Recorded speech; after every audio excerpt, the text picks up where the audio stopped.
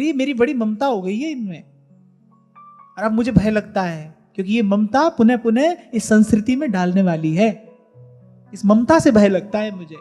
और मैं ये भी जानती हूं, आपकी कृपा दृष्टि के बिना जीव की ममता को कोई नष्ट नहीं कर सकता। जय राखे रघुवीर ते उबरे ते ही काल महा। ये अहमता ममता ये स्वभाव में रच बस गई है ना, ये स्वभाव हो गया है। और कोई भी हो स्वभाव के अधीन है, भगवान भी अपने स्वभाव के अधीन है। कृपा करना उनका स्वभाव है, सो कृपा करते हैं। स्वभाव के अधीन होता है व्यक्ति। तो ये जो अहमता ममता ये जीव का स्वभाव हो गया है। शुद्ध होते हुए भी, स्वरूप से शुद्ध होते हुए भी स्वभाव से अशुद्ध है। श्रीमद् वल्लभाचार्य महाप्रभु के वाक्य का यही रहस्य है।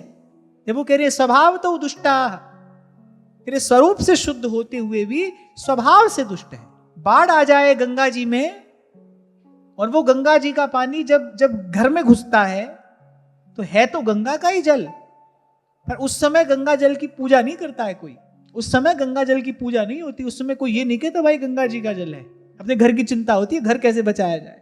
तो जीव स्वरूप से तो शुद्ध है, पर स्वभाव से अशुद्ध हो गया है।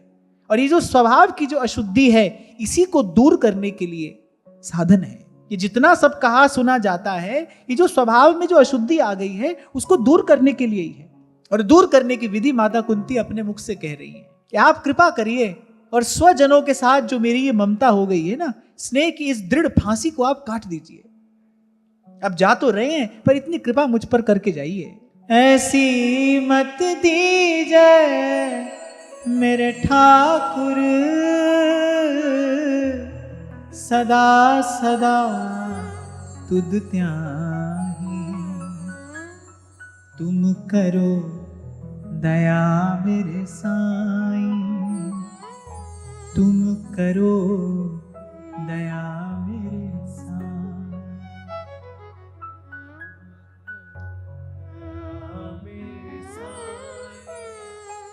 तुम करो दया मेरे साईं। फिर मानो मन ही मन प्रभु ने पूछ लिया, अच्छा ठीक है आपकी ममता यहां से हटा दूं, फिर रखूं कहां? ममता रहेगी कहां? आप कह रही हैं कि ये जो स्वजन है इनसे मेरी ममता को हटाइए, ममता का बंधन यहां से छुड़ाइए, पर उस बंधन को बांधू कहां? तो अगले श्लोक में माता कुंती कहती है, त्वयि मेनन्य विषया मतिर्मधुपते सकृत, रतिम उद्वहता दद्धा गंगे वौघमुदन्वती। बोले जैसे गंगा की धारा, अखंड धारा समुद्र में गिरती है, बोले ऐसे ही मेरी जो मति है, मेरी जो बुद्धि है, बोले कहीं और न जाकर बस वो निरंतर आप ही की ओर प्रवाहमान रहे। मैं ये चाहती हूं, यहां से मेरी ममता हटाइए और अपने श्री चरणों से उस बंधन को बांध दीजिए, क्योंकि मैं ये भी जानती हूं जो बंधन आप बांधते हैं उसको कोई खोल नहीं सकता। तुलसी बाबा कहते हैं जो ही बांधे सो ही छोड़े। प्रभु जो बंधन बांधते हैं उसे कोई छुड़ा नहीं सकता, उसे कोई खोल नहीं सकता।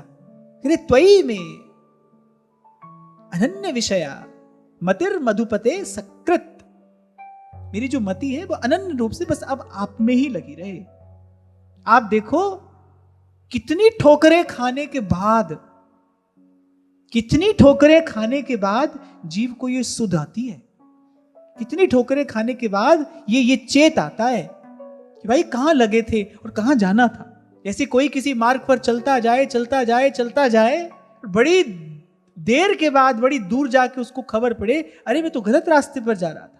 ऐसी भाग्य जगता है जब जीव का भ्रम भूल में भटकते उदय हुए, जब भ्रम और भूल में भटकते जीव का जब भाग्य जगता है, तब किसी संत का शब्द कान में पड़ता है, अरे भाई कहां जा रहे हो, ये तो रास्ता ठीक नहीं है, ये तो दुख की ओर जाता है, ये मार्ग तो पतन की ओर जाता है, सुख का मार्ग तो यहां है।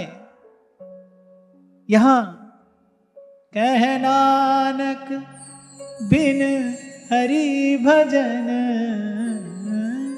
कह नानक बिन हरि भजन, जीवन कौने काम,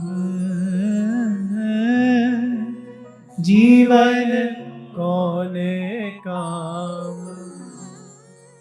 फिर से गंगा की धारा अखंड रूप से प्रवाहित होती हुई अंत में समुद्र में जाकर मिल जाती है।